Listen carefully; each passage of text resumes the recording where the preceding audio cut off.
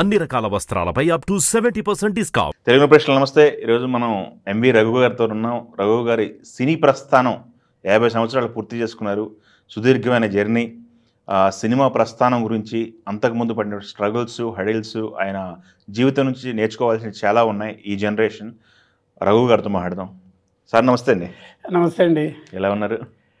చాలా హ్యాపీగా ఉన్నానండి. చెప్తుంటేనే ఇది వైబ్ వస్తుంది. 50 years ఇండస్ట్రీ అనే మాట. ఎలా ఉంది 50 years జర్నీ అంటే ఏం చెప్తారు మీరు? ఇప్పుడు కూడా యంగ్ అండ్ ఎనర్జెటిక్. ఇప్పటికీ అంటే ఆ మాటలో 50 years సినిమా ఇండస్ట్రీ అంటే అవునండి. మీ వయసు ఎంత అసలు?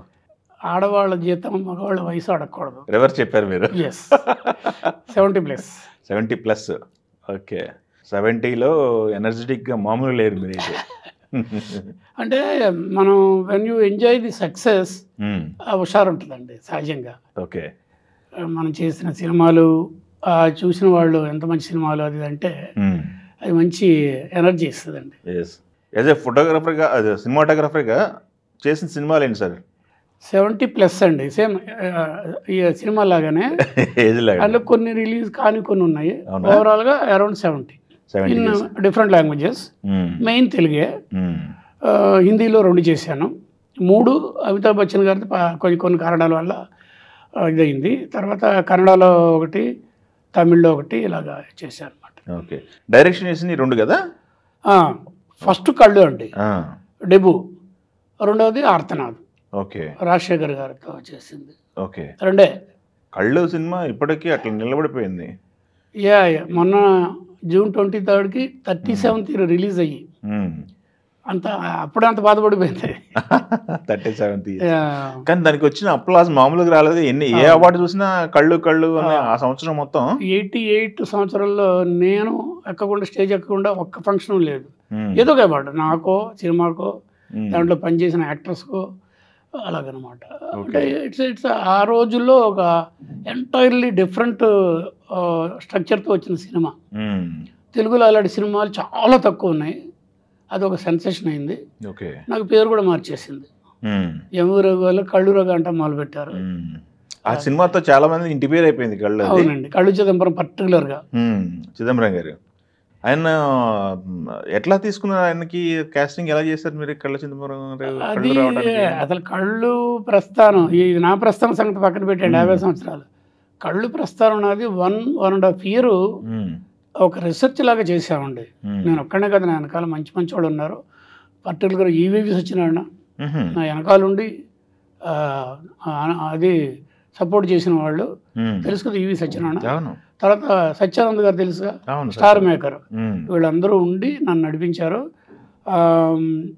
అంటే దీనికి సీడ్ అనేది నేను చదువుతున్నప్పుడు విజయవాడ SRR కాలేజీలో చదువుతున్నప్పుడే, అక్కడ ఆంధ్ర నాటక కళా పరిషత్తులు 1970లో జంజాల, నేను, సుత్తి వీరభద్రరావు, వీళ్ళందరం కలిసి మేము అప్పుడు వెనక ముందు బ్యాచెస్ అప్పుడు చూసాము. అది ఫస్ట్ నాకు ఇంప్రెషన్ వచ్చిందనమాట. ఇలాంటి సబ్జెక్టు చేస్తే చేయాలి. ఎందుకంటే నేను ప్రోన్ టువర్డ్స్ రియలిస్టిక్ ఫిల్మ్స్.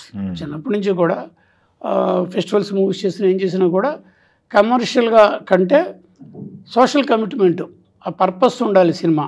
ఎందుకంటే నేను 1965 నుంచే విజయవాడ ఫిలిం సొసైటీ మెంబర్ని. Film society movement strong బిలీవర్ని.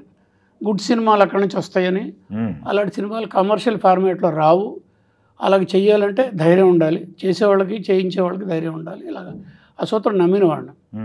అలాంటి సినిమాలు ఎక్కువ చూసి జీర్ణించుకునేవాడు అన్నాడు బాగా. పెద్ద పెద్ద డైరెక్టర్లు అన్ని లాంగ్వేజెస్లో.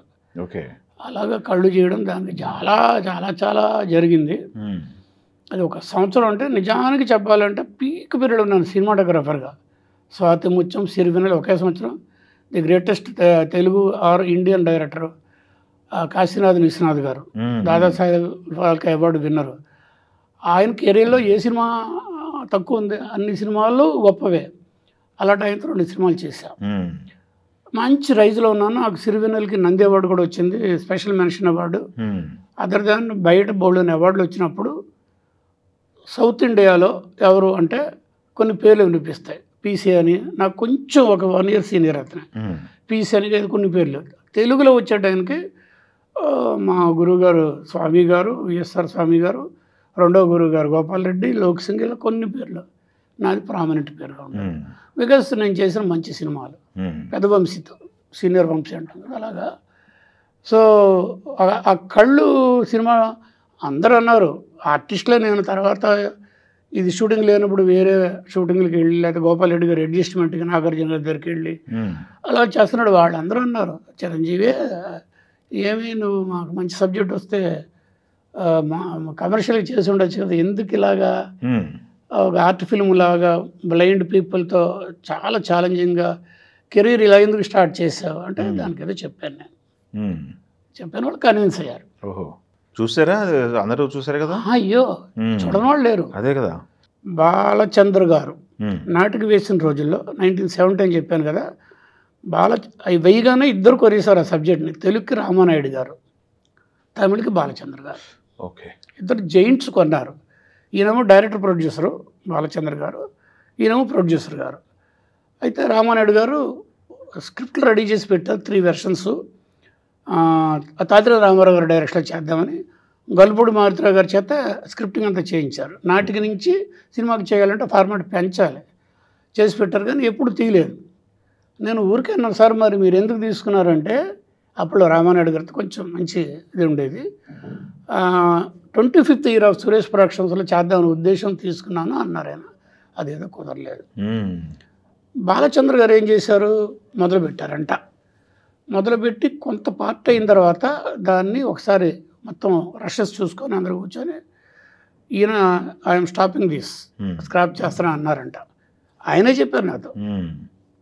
కలవడానికి వెళ్ళినప్పుడు నేను ఇలా చేయబోతున్నాను sir, I need your blessings ఇలా అంటే, అవును రఘు అని చెప్పి ఆయన చెప్పిన విశ్లేషణ ఏంటంటే, గల్పూడి మారుతిరావు గారు రాసిన నాటిక దాంట్లో ఉన్న కంటెంట్ ఏంటంటే కళ్ళు ఉండడం లేవడం కాదు. నేను చెప్పిన వెర్షను వేరే సినిమాలు, ఆయన చెప్పింది ఏంటంటే, నాటికలో ఆయన చెప్పింది, రచయితగా చెప్పింది ఏంటంటే, మనం ఒకరిని మనిషిని ఎన్నుకుంటాం ఒక లీడర్గా, అది ఎమ్మెల్యే కానివ్వండి ఏదైనా కానీ 5 సంవత్సరాలు భరించాల్సిందేనా? మన ఎక్స్పెక్టేషన్స్కి అతను లేకపోతే అతను మనం దింపే హక్కు మనకు లేదు రాజ్యాంగంలో. That is called call back అంటారు. దించేయచ్చు, అభిశంసన అంటారు కదా, అది లేదు కదా, అది ఉండాలి అనే యాంగిల్ ఆయన చెప్పాడు. అదే రంగడికి ఆడ మిగిలిన 4 కలిసి మళ్ళీ గుడ్డితనం వచ్చాడు చేస్తారు ఆఫేర్. అయితే నేనేం చేశాను, అలా చెప్పకుండా పొలిటికల్ నాకు ఇష్టం ఉండదు, నేను పాలిటిక్స్ అంటే అసలు ఇష్టం ఉండదు నాకు. సో నేనేం చెప్పానంటే, కళ్ళున్న మనసు లేనప్పుడు you are like a blind person, మనసుతో చూడలేనివాడు గుడ్డివాడితో సమానం అనే యాంగిల్లో నేను చెప్పాను. నెక్స్ట్ ఈయన దగ్గరికి వెళ్ళా, రామానాయుడు గారి దగ్గరికి. స్క్రిప్ట్ తీసుకోవాలి, రైట్లు ఆయన దగ్గర ఉన్నాయి. అంటే ఆయన డైరెక్ట్గా చెప్పారు, రఘు యూఆర్ రిస్క్ చేస్తున్నాను, మంచి రైజ్లో ఉన్నావు, తెలుగులో కెమెరా ఉన్నాను కానీ వచ్చిన 4 పెళ్ళి ఉంది, ఎందుకు ఇలాంటి సబ్జెక్ట్ తీసుకున్నావు అది ఇదంటే, సార్ నేను ఫిక్స్ అయిపోయానండి మీరు ఇవ్వండి అంటే, చూడు ఆలోచించుకో అని చెప్పి అన్నారు. లేదండి ఫిక్స్ అయిపోయాను, ఆల్రెడీ మొదలు పెట్టేస్తానండి ట్రాకు అంటే, సరే ఇచ్చారు. ఫైల్ నా చేతిలో పెట్టారు, కరెంటు పోయింది, చీకటి అయిపోయింది. ఈ పర్టికులర్ చీకటి పడిపోవడం, ఫస్ట్ ప్రొజెక్షన్ అప్పుడు, ఫంక్షన్ అప్పుడు, ఇవన్నీ ఎందుకో కోఇన్సిడెన్స్. కళ్ళు సినిమాగా జరుగుతూ ఉంటుంది, ఏడో తెలియదు, సూపర్ఫిషియల్ ఇది అంటాం కదా, అలాగా అయిపోయింది. ఆయన చెప్పారు, మీరు మీకు చాలా రిస్క్ చేస్తాను చాలా అని చెప్పి, సర్లేండి అని చెప్పి, థ్యాంక్ యూ అని చెప్పి, అలాగా ఎన్నో రకాలైన ఒడుదుడుకుల్లో చేస్తున్నారు. వద్దు అన్నవాళ్ళు సినిమా రిలీజ్ తర్వాత ఏం మాట్లాడారు మీతో? ఇంకెవరు చేయలేరు రఘు, ఇంకెవరు చేయలేరు ఇలాగా.